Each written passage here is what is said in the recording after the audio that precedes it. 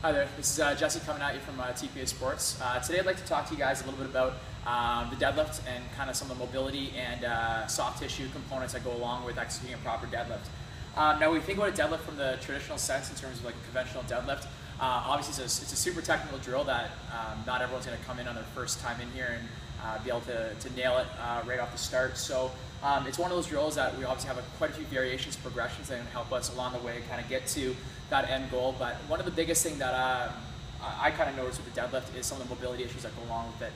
So a lot of athletes, they find themselves struggling to kind of get their form down, and a lot of it obviously is teaching things like proper hinge patterning and movement capabilities, but in the same breath, if the athlete doesn't have the mobility at the right joints that they need to execute the deadlift, we find them kind of either spinning their wheels where they're never quite getting the drill, or in the same breath, we're setting them up for failure and obviously possible injury. So what I'm going to talk about today is kind of three distinct points with mobility in the ankles, the hips, and the actually thoracic spine. So if you guys are familiar with Mike Boyle and Greg Cook's work on the joint-by-joint approach, basically what we're looking at here is trying to figure out which joints we want to be mobile, which will affect the joints that we want to be have more stability in. So when we think about the deadlift and actually our setup and we approach the bar, obviously at the ankle joints we're looking for mobility, the knee joints we're looking for stability, the lumbar spine we're looking for, the hips we're looking for mobility, lumbar spine stability, and then thoracic spine mobility. So when we approach the bar, what we see typically here is if athletes aren't able to actually get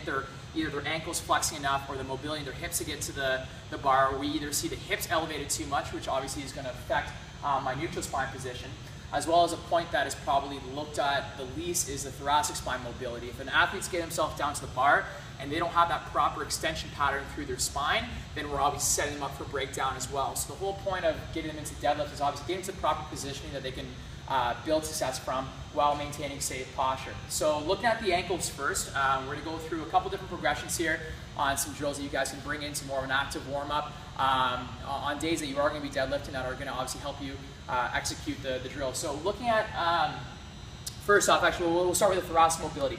The first drill we're going to show here is a quadruped thoracic rotation drill. So basically what we're trying to do here is establish the athlete neutral spine position. So when we set up into our 4-point stance, what we'll typically see quite a bit is athletes start to drop already into that extension posture. So we want to cue them to kind of drop from the rib cage up and start kind of finding that neutral spine position. From here, we're going to have the athlete bring their arm up into kind of a overhead position. And now when we're doing this drill, we add in our rotation, we want to think about not having the ankle or the athlete break at the spine. We want to keep that spine nice and long as you roll through. And on the way up, we want to cue that athlete to watch their elbow on the way up so that we're rotating and extending through the spine, not just the shoulder blade. So typically when we program this one in here, we'll have the athlete go for about 8 repetitions a side, again, as part of their active warm-up. A second drill that we're going to add in here is a good one for ingraining the hip hinge pattern, as well as ankle mobility and some of that good dorsiflexion mechanics. So this is a hip hinge for a prone position. So again, a little bit of advanced position for the start off. So we're going to have the athlete start in a high plank position. Again, when we're watching the athlete, we want to make sure we're focusing on keeping neutral spine position. Now, the first cue we're going to give the athlete is to work on hinging at the hips. So we don't want to see the athlete break into flexion. We want to focus on that good kind of tilt with the pelvis and drive through. So we're creating a little bit of thoracic extension on the patterning, and then to get that little bit of ankle mobility, we're going to have that athlete work on dropping the ankles as tight to the floor as we can, back to extension, and fall back through.